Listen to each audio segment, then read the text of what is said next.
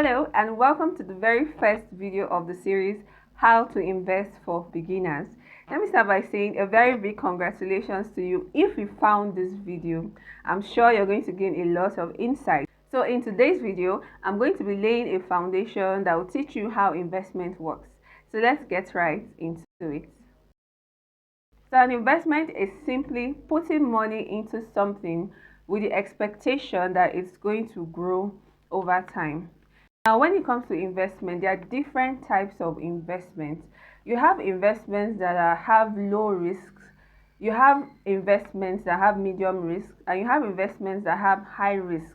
So it's important that you learn each of these categories because you're going to be making decisions on where you're going to be keeping your money and all of that. So let me start with talking about low risk investment. So when you talk about low risk investment, you're talking about investments that have almost no risk.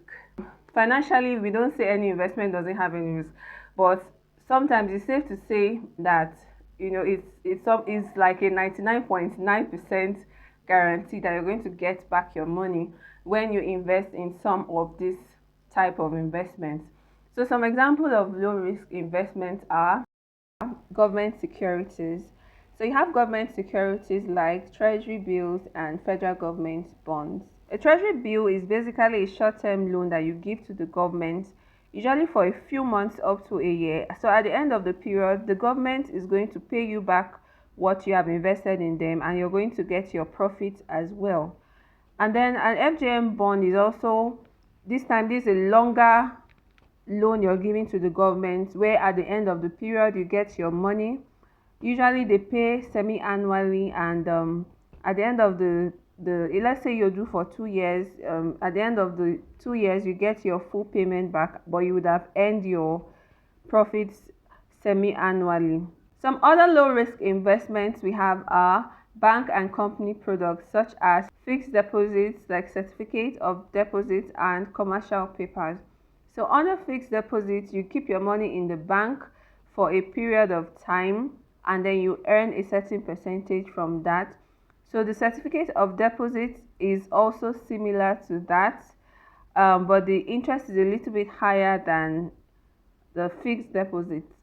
Then you also have the commercial papers, where this time you're dealing with a company where you're giving a loan to, and then at the end of the period you're going to get your money back, and as well as the interest that you have earned from investing with them.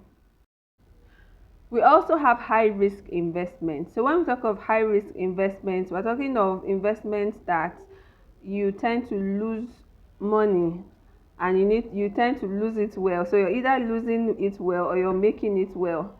So we have stocks here. So we have some companies that are doing so well in the stock market, and they're offering a high percentage of returns for their customers. So for such companies, they are high risk investments because they could be doing so well now, and you don't know what the next 3 months, the next 6 months holds with such companies. So that's what makes them a high risk. You can actually make a lot of money from them, and you can also lose a lot of money from them as well. So it's something you have to be open to. Then we talk of cryptocurrencies. So we're talking of digital assets when dealing with cryptocurrencies. It's something that you have to learn and be very aware of when dealing with. Also, the same thing with forex trading. You have to be aware of forex trading very well, because you're going to be dealing with global currencies, and you have to be very careful, and you have to have a lot of insight. Let's take a look at some medium risk investments that we have. We have corporate bonds. So corporate bonds are basically loans you give to companies that pay you a regular interest with moderate risk. We have index funds. So index funds help to track the market index, offering steady growth with lower volatility. We have the exchange traded funds, the ETFs. With ETFs, we're talking about diversified funds traded like stocks with moderate risk depending on holdings. Okay, so I'd like to also classify investments into short-term investments and long-term investments. So when classifying this, it's also important to consider your goals. What are your goals for investing? So that will also determine this. If you have short-term goals, then you can go for short-term investments. um, some of the short-term investments that you can go for are also in the money market. um, Certificate of deposit, treasury bill again is also a short-term investment. So short-term investments, really, you get your money from a few days to up to a year. Then when you talk about long-term investment, you're talking about more than a year to 10 years to 20 years to 30 years. So it depends on your goals again. Let me give an instance. If you're not a government worker, or you're someone that you're working for yourself, you're self-employed, then you should think of a retirement account. That could be your goal. So a retirement account is a long-term investment. So you can invest in this for long term, 10 years, 20 years, so that at the end of your business life or whatever, you have something to pay yourself with. So that's when it comes to retirement accounts. Then you can also think of bonds. You can invest in bonds too. Okay, so another part of investing I want to talk about is compound interest. When you're working with compound interest, um, let me give an instance. You invest 1 million in in bonds, for instance. Let's say in the first year, if you have an interest of 20%, you have 200,000 that year. So instead of withdrawing the profits, you're going to put back the 200,000 with your initial capital, which is 1 million naira. So you have 1.2 million naira, and you roll it over to the next year. So when you roll it over to the next year and you invest 1.2 million naira this time, would have gotten 440,000 naira. So let's say we roll that again to the next year and we invest 1,440,000 naira, then would have gotten 1,728,000 naira, and it goes on and on. And if you keep doing this, at the end of the 10th year, would see that we have gotten over 6 million naira from investing 1 million naira. So let's take a look at another example.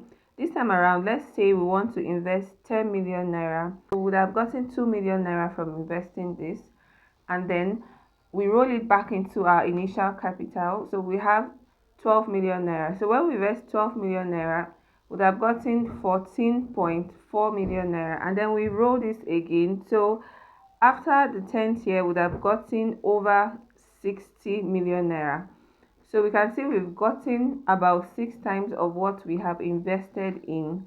So this is the power of using compound interest to grow your resources. So imagine where you invest 100 million naira. So if you invest 100 million naira, you're going to be getting like 600 million naira, and it goes on and on. So the good thing with this is when you have bulk money and you're able to invest this over a period of time, you're going to let your money to work for you. So that's just how it goes. You set some money aside. So in the next 10 years, you're going to let your money work for you, and you're going to increase your resources when you do this compound interest method. So that's how compound interest actually works. So now let's talk about what kind of money should you actually invest. When it comes to investment, there's a golden rule that says that you should invest money that you don't really, that is not a need. I'm not talking of a want, I'm talking of a need. A need is different from a want. Your needs are your basic necessities, those things that you will need to use money for. But wants are more of your they're not your basic necessities. They could be termed as luxury. You can invest some of that. So it's advised that you don't invest your needs in the money set aside for your needs, because you might end up going back to those your savings to pull out monies if you've not taken care of the basic things that you need. So once the basic things are sorted out, then the other things you can invest in. You can set out money to invest in those other things. So why is it important that we invest? Investing is very crucial because it can actually help you to achieve some major life goals. Let's say you want to save for your education. Let's say you want to start up a new business, you want to buy a house, and the list goes on and on. Or you're a businessman and you're working for yourself, you need to start planning for your retirement. You need to start setting money aside that you would invest so that you can actually have something to fall back on at your old age. Then, of course, investment helps you to beat inflation, it helps you to create additional income, and then it helps to provide financial securities in case of emergencies and things like that. So that's it for this video. Thank you so much for your time. I hope you gained value. It was such an honor to be here. Thank you again, and thank you for watching. Don't forget to give a thumbs up if you liked what I shared. I'm going to be sharing more videos on investment subsequently. You don't want to miss out on those videos. So turn on the notification bell and subscribe to the channel if you haven't subscribed yet. I'll see you in my next video. Goodbye.